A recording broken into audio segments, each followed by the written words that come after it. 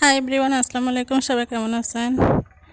দেখেন, এইখানে আশেপাশে সবগুলা মরিচের ক্ষেত আর কি।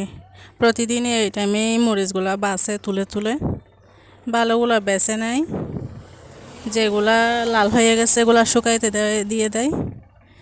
প্রতিদিনের সেম অবস্থা।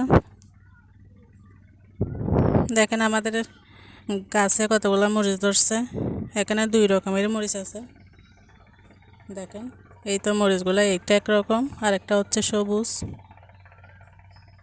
অনেক মরিচ ধরছে একদম। একটা গাছে 7-8টা করে করে ধরছে। একটা ডালেই ধরছে 3-4টা। এই মরিচগুলো ছোটো হলে কি হবে, একটু জাল বেশি বলে দেওয়া, ছোটো জিনিসের তেজ বেশি, এরকম একটা কথা আছে। দেখেন, মাশাল্লাহ মাশাল্লাহ।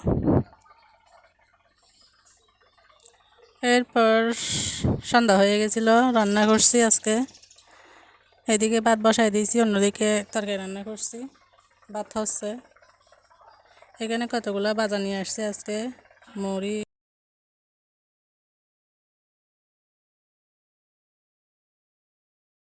মরিচ বলতে সাবান, বাংলা সাবান, পাউডার, মানে হুইল পাউডার আর কি, কাপড় দেওয়ার। ভাতগুলো হতে থাক, আমি রান্না বান্না কী করছি দেখাই। এখানে মাছগুলো এখনও বাজতেছি। এখানে 5টা চিংড়ি মাছ দিয়েছি বাজার জন্য। এই মাছগুলো বাজলেই মজা লাগে রান্নার থেকে। এইখানে হচ্ছে বিচি দিয়ে, ডাটা দিয়ে, চিংড়ি মাছ দিয়ে রান্না করছি, কাঁচামরিচ দিয়ে। অনেক মজা হয়েছে তরকারিটা।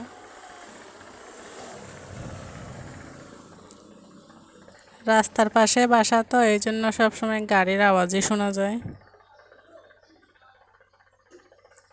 এই তো এখন চুলাটা অফ করে দিলাম, আমার মাছটা ভাজা হয়ে গেছে। ওইদিকে ভাতের অবস্থা কি দেখি।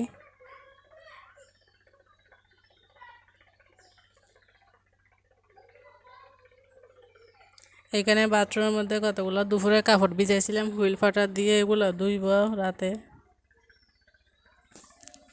এটা হচ্ছে হারপিক আনছি আজকে। সব কিছুর দামের কোনো শেষ নেই। এরপর রাতে আর কোনো ভিডিও করেন। এর পরের দিন শুক্রবার ছিল, মানে আজকে জুমার দিন।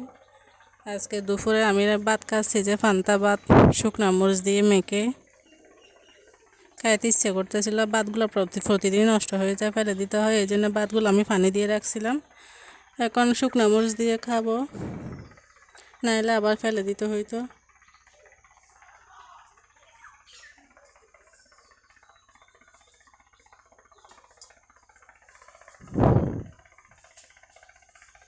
এই তো দেখেন কত সুন্দর করে মাখতেছে আমি পান্তা ভাত।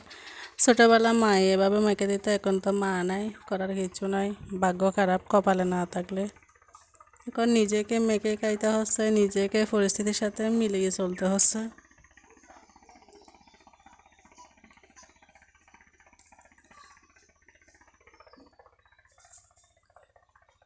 এরপর এখানে কতগুলো গিলা কলিজা চামড়া আমি জমাই রাখছিলাম, সবগুলো আমি এখন বেছে কুটে নিব। রাতে রান্না করবো, বুনা করে রাখবো। কাল থেকে একটু ব্যস্ত হয়ে যাব, এই জন্য। এই তো আমি এখন সবগুলো পরিষ্কার করে নিতেছি।